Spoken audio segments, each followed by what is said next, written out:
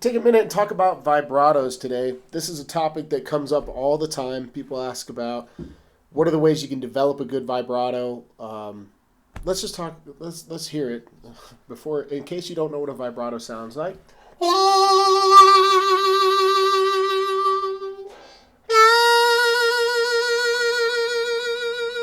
So the idea behind a vibrato is that you're starting and stopping your airflow. You've got this cut going on, and it happens.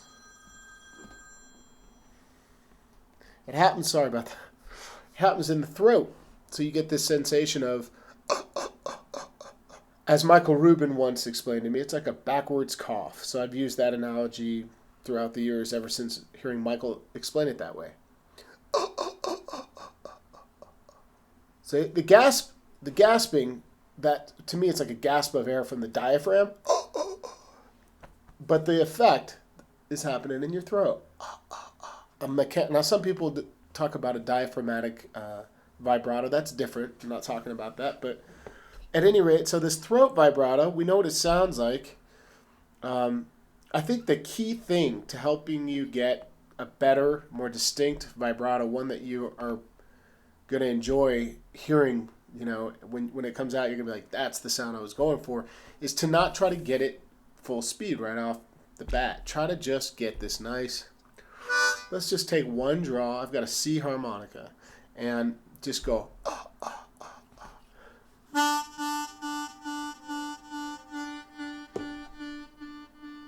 Sorry about the background noise there. Sounds like this. What you're going for is timing. It's all about getting just an even pulse going on that. All right, so when you can do that, you can then slowly practice speeding that up. You don't want to ever lose time. The minute you start to lose time and it feels like it's off kilter there, back up to the slower tempo. And eventually, if you attack this very mechanically in that type of approach, I think you're going to find that you'll develop the sweet vibrato, that faster that you want. For me, there's a sweet spot.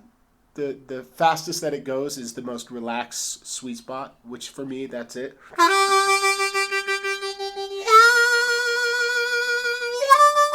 So that's kind of the and it's a very that mechanical procedure, that step of being very methodical about approaching it this way, leads to this release in your throat where it's just happening on its own. It's very relaxed and sort of takes over at that point once you get that full speed vibrato.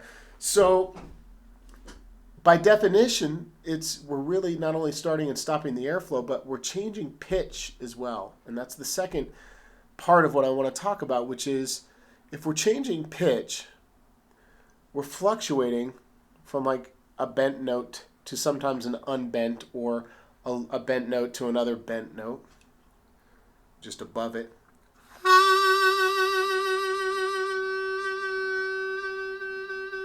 Like this one is, when I play the 2 draw, and this is just speculation, but that's a vibrato happening on what I hear is the half step.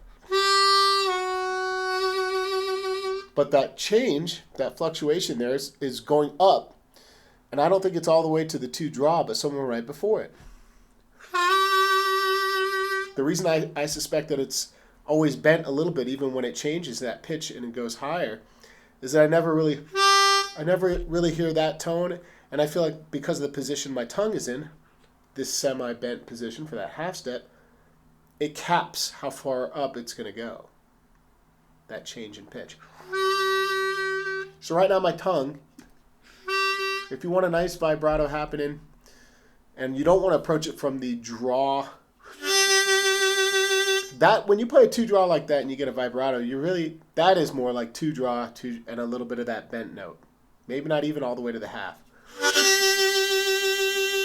But by definition, it's still a vibrato. There's pitch change.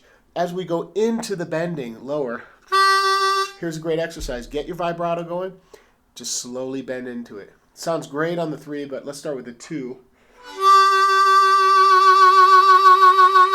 And the only thing you need to do is adjust your air pressure. As you go deeper into the bend for that bigger vibrato sound, you're choking the note because you're bending it. So just give it a little more air pressure, a little more airflow. On the 3, you'd sound like this if you were higher up in the vibrato near the draw. And as we go down,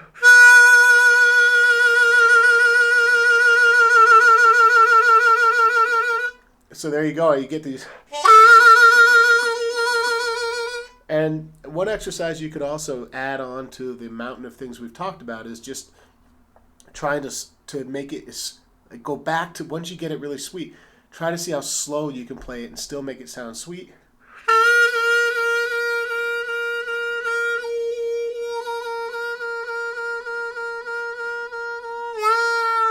Sometimes in a slow blues you might.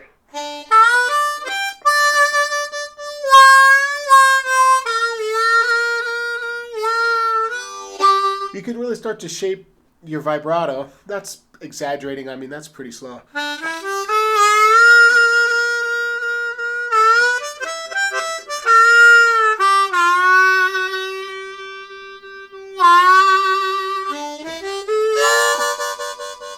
And experiment with double stops, 2 notes at once. You can vibrato that. Last thing I'll say about vibratos is the work with your hand is important. You get a nice vibrato, take the time to experiment.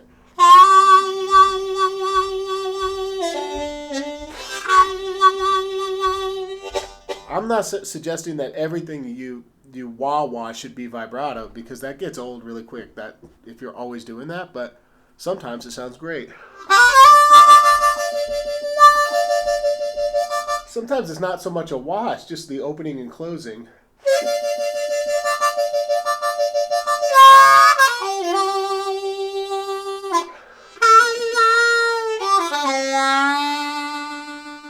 And the last thing I want to say about vibratos is that sometimes you need to not do them and forget them, because you get into them and you like the sound of it and you start playing it all the time, and then it overtakes your playing.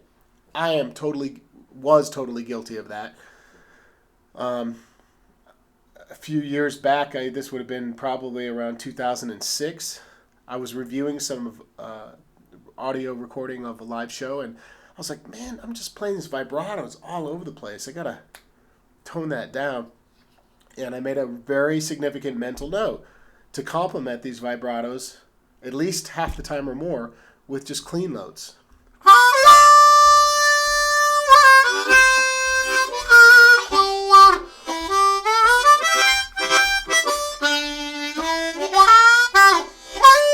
So sometimes if I just throw in a no vibrato, it's just such a sweet thing about that nice tone that goes along with no vibrato, just open, clean tone.